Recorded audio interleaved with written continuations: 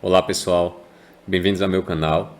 Meu nome é Elder Oliveira e nessa nossa aula de hoje eu gostaria de tratar com vocês sobre o assunto modos de endereçamento. Essa nossa aula ela é relativa à nossa disciplina de arquitetura de computadores e ela é continuação da aula que vocês estão vendo aí no link disponível no vídeo, tá? Então, nessa nossa aula de hoje eu vou falar especificamente de dois tipos, né, de dois modos de endereçamento, que é o que a gente chama de endereçamento por deslocamento e endereçamento de pilha, tá bom? Então, se vocês não viram o vídeo da aula passada, né, dê uma olhada aí, o link está disponível, tá? E hoje a gente vai complementar esse assunto, finalizando aí com esses dois modos de endereçamento, beleza? Se vocês gostarem do vídeo, se inscrevam no canal e dê um like ao final, tranquilo? Então, bora lá. Com relação ao nosso endereçamento por deslocamento, tá? Que é um dos nossos modos de endereçamento, a gente vai ter três formas comuns de uso do nosso endereçamento por deslocamento. A primeira forma é o que a gente chama de endereçamento relativo, tá? Como é que funciona esse nosso endereçamento relativo? Então, basicamente, pessoal, no endereçamento relativo, a gente vai ter aqui, né, um deslocamento, o qual esse deslocamento ele vai ser somado ao valor do nosso contador de programa, ou o que a gente chama de PC, para que a gente consiga produzir um endereço efetivo onde está localizado o nosso operando, tá? Imagina aqui uma instrução de 8 bits, na qual eu tenho 4 bits para o código de operação e 4 bits para o campo de endereço, certo? Imagine que eu tenho essa nossa instrução. Então, o nosso deslocamento ele vai vir presente aqui nesse nosso campo de endereço, certo? Com 4 bits, se a gente pensar em números sem sinal, a gente vai ter aqui as possibilidades de 0 a 15, tá? Se a gente pensar em números com sinal, a gente teria aqui de menos 8 a 7, beleza?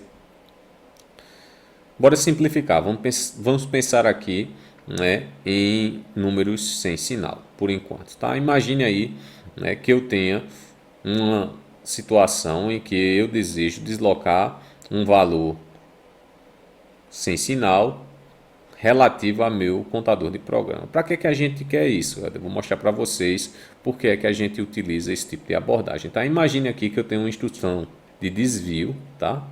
Um branch, um BR, tá? Para um determinado endereço, né, dessa nossa memória principal. Suponha que eu queira, né, desviar para meu endereço 206. Bom, 206, tá? Se a gente pensar aqui, a gente não consegue colocar esse valor em 4 bits do nosso campo de endereço.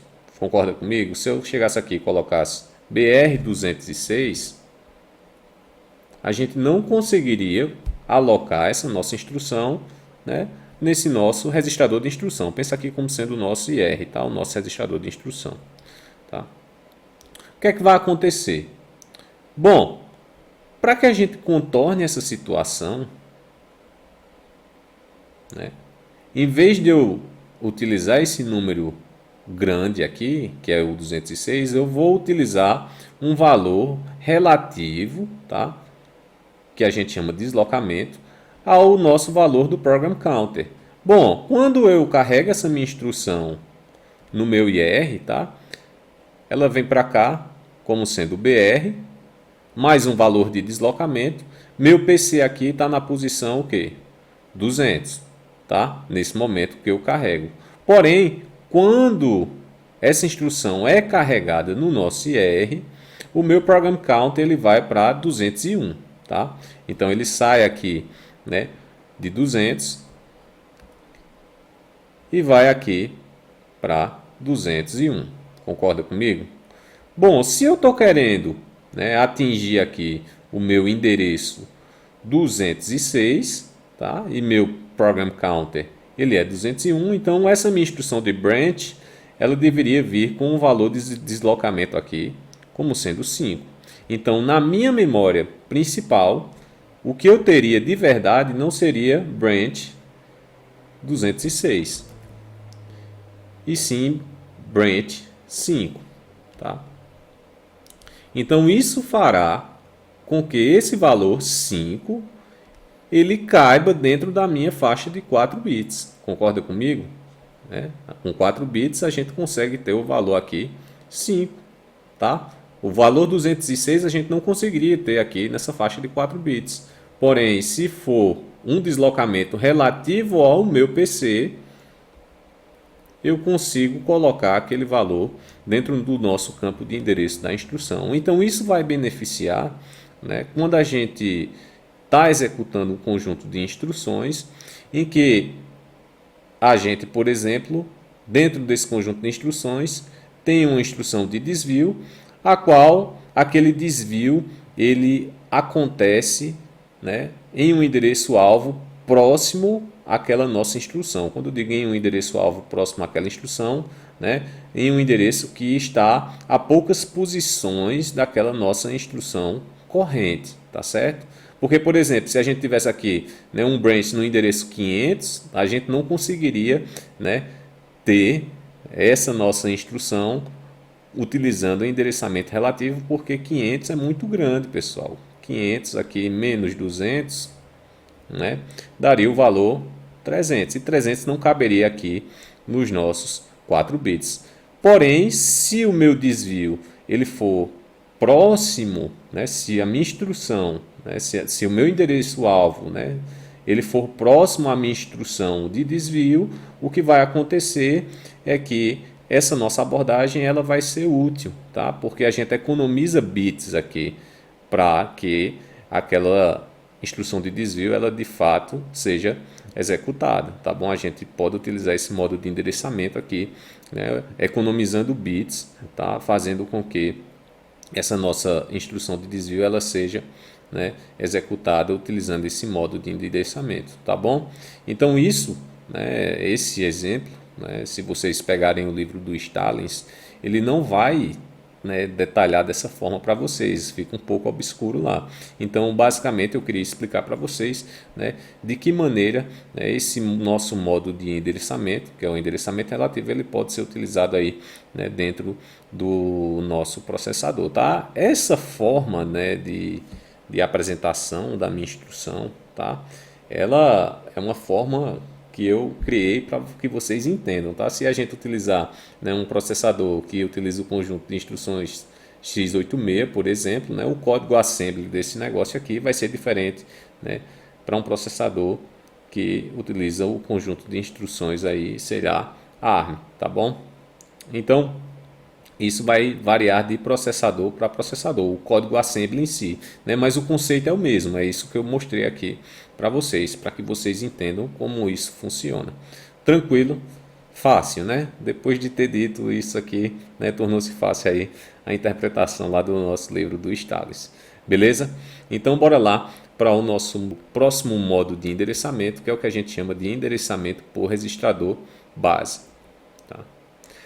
Então, como é que funciona esse nosso endereçamento por registrador base? Então, basicamente, a gente vai ter o nosso endereço efetivo, ele sendo produzido, tá, por meio da soma de um valor presente em um dos registradores da nossa CPU, dependendo da arquitetura que a nossa CPU, né, adote, né, a gente vai ter registradores especializados só para armazenar, né, esses valores que a gente chama de valores, né, que são valores base, tá? Os valores que a gente vai utilizar como base aí, né, para realizar a soma com o nosso deslocamento, tá bom? Então a gente tá aqui no nosso campo de endereço, a gente vai ter um deslocamento, né, assim como no nosso endereçamento relativo, e esse deslocamento ele vai ser somado ao valor contido aqui no nosso registrador base, certo? Então suponha, né, que eu tenha, sei lá, um valor aqui no nosso campo de endereço, bora lá, valor 5, né, que seria meu deslocamento, e no meu registrador base aqui, né, eu tenho o valor aqui, sei lá, 200, tá? Então 200, pessoal, suponha que 200 esteja aqui na nossa Suponho que aqui seja o valor 200, tá? Da nossa memória principal. Aqui 201, 202, 203, 204, 205, aqui 199, aqui 198. E assim segue, tá bom? E assim segue. Então, o que é que vai acontecer aqui? A gente, para obter um endereço efetivo, a gente simplesmente vai somar esse valor aqui, né, que é o nosso deslocamento, ao valor que a gente tem aqui no nosso registrador base. Tá? Esse registrador base, ele possui aqui o valor 200. Então, meu endereço efetivo seria, de fato, o quê? 205. Tá bom? Para que isso serve, Helder? Para que a gente utiliza esse modo de endereçamento? Existe um artifício que a gente utiliza, né, nos nossos sistemas computacionais, que a gente chama de segmentação. Tá? Imagine que nossa memória ela é dividida em porções, em que determinadas porções elas possuem, por exemplo, dados específicos, tá? Por exemplo, imagine que uma porção ela é utilizada para armazenar dados do nosso programa, outra porção para armazenar variáveis, outra porção para armazenar, sei lá, o código do nosso programa, tá? Então nossa memória ela é dividida, ela é segmentada. Então o nosso registrador, que a gente chama de registrador base, ele é utilizado para indicar o início de um segmento, tá? Então o meu segmento, né, que poderia ser de qualquer coisa aqui, ele inicia aqui no endereço 200, tá? E ele vai até aqui, sei lá que endereço, tá bom? Isso aqui é o que a gente chamaria, né, de nosso segmento, tá? Isso aqui seria um segmento de memória, tá? E a partir daquele valor base, a gente sabe exatamente onde começa cada segmento da nossa memória principal, tá bom? Então suponho que eu queira interar sobre algum tipo de dado, tá? Que esteja aqui nesse nosso segmento. Eu sei que esse segmento ele começa aqui no endereço 200, tá? Então toda vez que eu queira acessar, por exemplo, um segmento de dados, suponho que esse meu segmento de dados começa no endereço 200, tá? Eu vou utilizar esse meu registrador base aqui, né? E um deslocamento relativo àquele nosso endereço, tá? Para conseguir um endereço efetivo, tá bom? Isso vai fazer com que o nosso processador, né, ele consiga acessar os diferentes segmentos aí, né, da nossa memória principal, tá bom? Uma coisa importante a se dizer, né, que eu não falei quando eu estava falando do endereçamento relativo, né, é que quando a gente tem, né, um valor, né, que a gente soma relativo a um determinado endereço, tá? O que a gente está fazendo basicamente é deixando que nossas instruções, né, elas não sejam, vamos dizer assim, construídas utilizando, né, os endereços propriamente ditos da nossa memória principal, tá? A gente só vai ter aí, né, um deslocamento relativo a um determinado endereço aqui que a gente pode definir, né, em tempo de execução do nosso programa, tá bom? Tranquilo, né? Então isso aqui é o que a gente chama de endereçamento por registrador base, certo? O próximo modo de endereçamento é o que a gente chama de indexação, tá? A indexação ela é dividida em autoindexação, pós-indexação e pré-indexação, tá? Então a indexação ela é dividida aqui em três, tá? Três formas comuns. É o que a gente chama de autoindexação,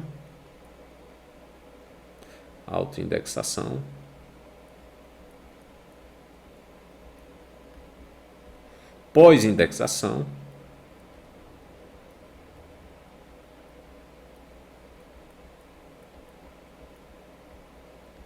e pré-indexação, certo? Eu vou falar primeiro sobre a nossa autoindexação, tá bom? Então, diferente desses outros modos de endereçamento que eu mostrei aqui para vocês, o endereçamento relativo e o endereçamento por registrador base, na minha indexação, independente de qual seja ela aqui, tá bom? O que a gente vai ter é o seguinte: o nosso endereço ele vem, né, nesse nosso campo de endereço, tá? A gente tem um endereço qualquer aqui, tá? Um endereço, né? Vou chamar endereço X aqui, tá? E no meu registrador aqui, a gente vai ter o que a gente chama de deslocamento, tá? Um deslocamento aqui que a gente vai somar a esse nosso endereço X aqui, tá bom? Certo? Então, basicamente, o que a gente vai ter é o inverso do que a gente tem aqui no nosso endereçamento relativo e endereçamento por registrador base, o qual, né, o nosso registrador, na verdade, era o valor do nosso endereço e o deslocamento vinha aqui no nosso campo de endereço. Nesse caso aqui, né, o nosso campo de endereço ele possui o endereço e o nosso registrador ele possui o nosso deslocamento. Na autoindexação, tá, o que vai acontecer é que a gente tem aqui, dentro de um registrador desse, um valor, tá, o qual ele é incrementado, né, a partir do momento que a gente executa as nossas instruções, tá? Então, basicamente, né, imagine aqui que eu tenha um registrador aqui, que eu vou chamar de R1, tá? Em que esse valor do R1 ele começa, por exemplo, com o valor 0. Então, eu vou somar o 0, né, ao meu endereço X e obter aqui o nosso endereço efetivo. Aqui, endereço X, né? 0 mais qualquer coisa é aquela coisa lá, tá? Quando essa instrução executar, né, o meu R1 ele vai passar a ser 1. Opa. Ele vai passar a ser 1, tá? Então, se eu executar novamente essa minha instrução, tá? O que vai acontecer é que eu vou somar aquele endereço agora com o valor de R1, que é 1, tá? Então, o meu próximo endereço vai ser endereço X mais 1. Concorda? Né? Se eu executar novamente aquela minha instrução, tá? Se eu executar novamente aquela minha instrução, aquela execução ela vai gerar aí um endereço efetivo que vai ser endereço X mais 2. Isso aqui, pessoal, é muito utilizado, né, na hora que a gente está querendo iterar sobre um determinado array, tá certo? Então, quando a gente tem uma instrução, qualquer que seja, dentro de um loop, tá? O que a gente pode fazer é utilizar, né, uma instrução que utiliza um modo de endereçamento autoindexação para que a gente possa varrer, né, aquele array de maneira mais simples, tá? Então, ela é útil nesse tipo de cenário, tranquilo? Então, isso é o que a gente chama de autoindexação, tá bom? Eu vou ter que apagar aqui que eu não coloquei o slide da pós-indexação não, no próximo slide, tá? Então, eu vou apagar aqui para que a gente entenda o que seria a nossa pós-indexação, tá? Então, lá vai.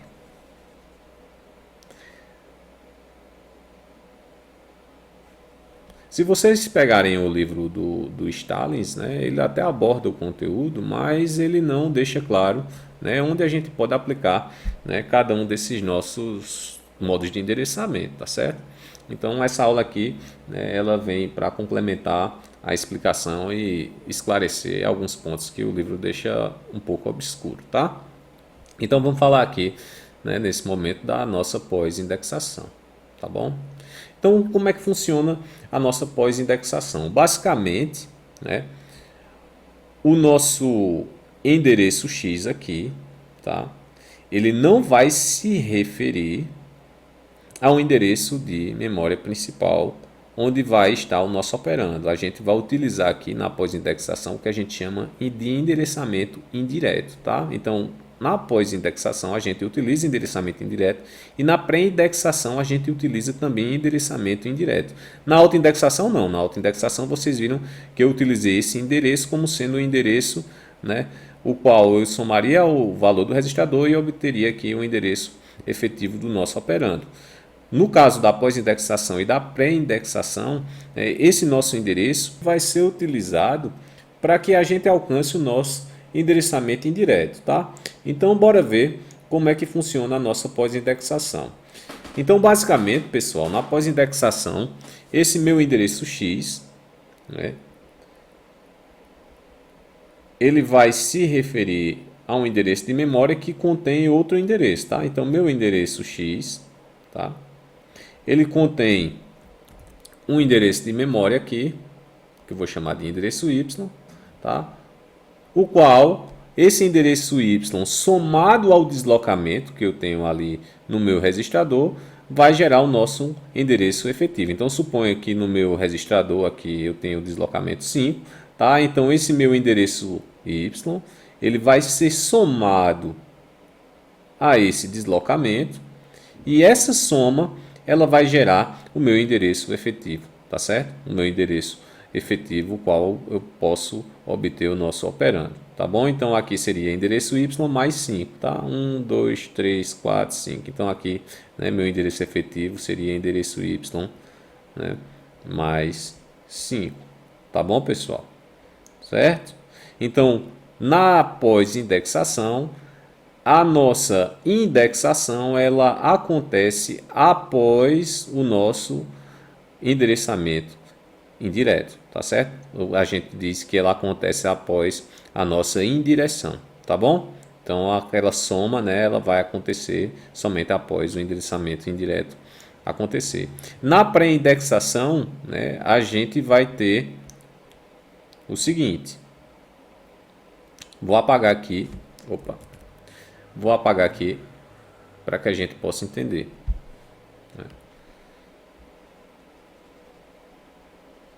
Então, como é que funciona a nossa pré-indexação? Então, meu endereço X, tá? Ele vai ser somado, tá, ao meu valor do deslocamento, certo? Então, esses caras vão ser somados aqui, tá? E essa soma vai gerar um endereço X mais 5, tá bom? Então, aqui eu tenho um endereço X mais 5. Nesse meu endereço X mais 5, eu tenho um endereço Y, certo? Em que esse meu endereço Y vai ser um endereço efetivo, certo? Então aqui nesse meu endereço Y eu vou ter de fato o nosso operando. Tranquilo? Então, no caso da pré-indexação, a nossa indexação ela acontece antes da nossa indireção, ou seja, antes do nosso endereçamento indireto, tá certo? Diferentemente da nossa pós-indexação, em que a nossa indexação ela acontece depois do nosso endereçamento indireto. Tranquilo?